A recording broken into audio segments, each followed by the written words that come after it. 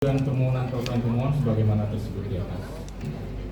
Pada pokoknya permohonan pemohon adalah satu, mohon agar pengadilan menyatakan penetapan pemohon sebagai tersangka untuk pasal 32 ayat 1 Undang-Undang Nomor 11. Roy Suryo memberikan keterangan usai sidang putusan pra-peradilan penetapan Roy Suryo sebagai tersangka kasus dugaan pencemaran nama baik terhadap Presiden Republik Indonesia ke-7 Joko Widodo di Pengadilan Negeri Jakarta Selatan, Senin 20 Juli 2026.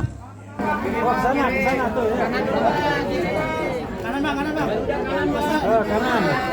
Terima kasih juga untuk ibu-ibu yang membersamai ya. Ibu-ibu, bapak-bapak, mak-mak, semua media, semua YouTuber, podcaster yang membersamai.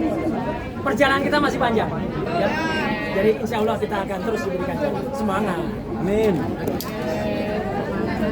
Ganti rugi. Ya, dan ganti rugi itu sekali lagi adalah sama sekali tidak ada yang untuk kami. 0 rupiah. Nanti tunggu saja. Pasti ada.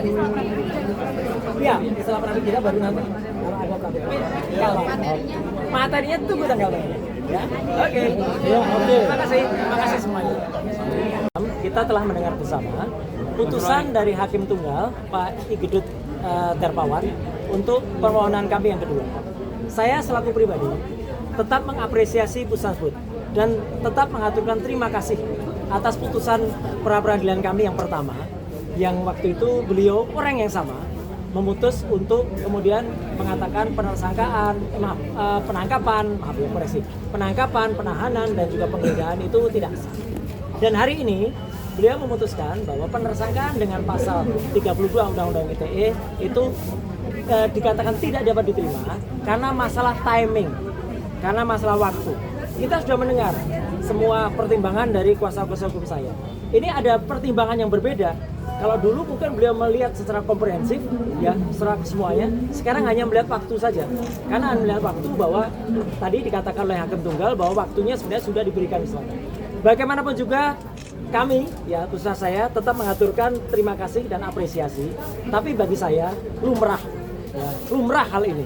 Jadi ada kadang-kadang Hakim Tunggal itu yang memutuskan itu menyetujui, ada kadang-kadang yang memutuskan tidak menyetujui. Nah, bagi saya menyerahkan sepenuhnya langkah selanjutnya pada para kuasa hukum saya, Mas Refli, Mas Abdul Ghafur Sangaji, Bu Soraya, Mas Tristan, kemudian Pak Yasena dan lain sebagainya.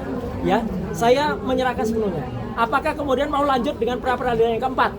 Karena apa? Karena pra-peradilan yang ketiga sudah kami daftarkan dan insya Allah akan bersidang pada hari Selasa tanggal 28 Juli yang akan datang dengan materi adalah ganti rugi atas putusan pra-peradilan yang pertama. Nah, ini kita bisa uji nanti.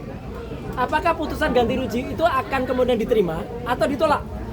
Karena kalau kemudian itu ditolak, nah tentu saja ini ada hal yang big question mark, ya, tanda tanya besar. Karena putusan yang pertama itu sudah diterima, hanya waktu itu memang belum sempat kita mohonkan.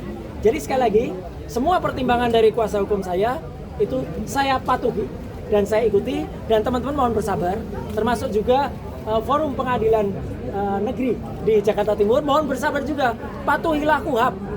Ya, kitab undang-undang hukum acara pidana kita mempersyaratkan selesaikan dulu pra-peradilan. Apakah pra-peradilannya nanti akan diajukan lagi atau tidak? Tunggu saja tanggal mainnya. Jadi dari saya itu saja, kita tetap bersyukur, tetap kita tidak lupa memohonkan ridho dari Allah Subhanahu wa taala. Semoga di putusan yang ketiga besok, ya, hakim kembali diberikan pencerahan, hakim kembali diberikan pikiran lurus. Mungkin tidak sekedar hanya mempertimbangkan satu faktor saja, yaitu timing. Ya, itu yang ingin saya sampaikan. Sekali lagi terima kasih. Wassalamualaikum warahmatullahi wabarakatuh. Ya, Mas, rapid keempat isinya apa aja, Mas? nah nanti tunggu tanggal mainnya, tunggu hasil keputusan dari para kuasa hukum. Terima kasih teman-teman. Tetap semangat. Terima kasih. Ya. Jangan lupa subscribe ya.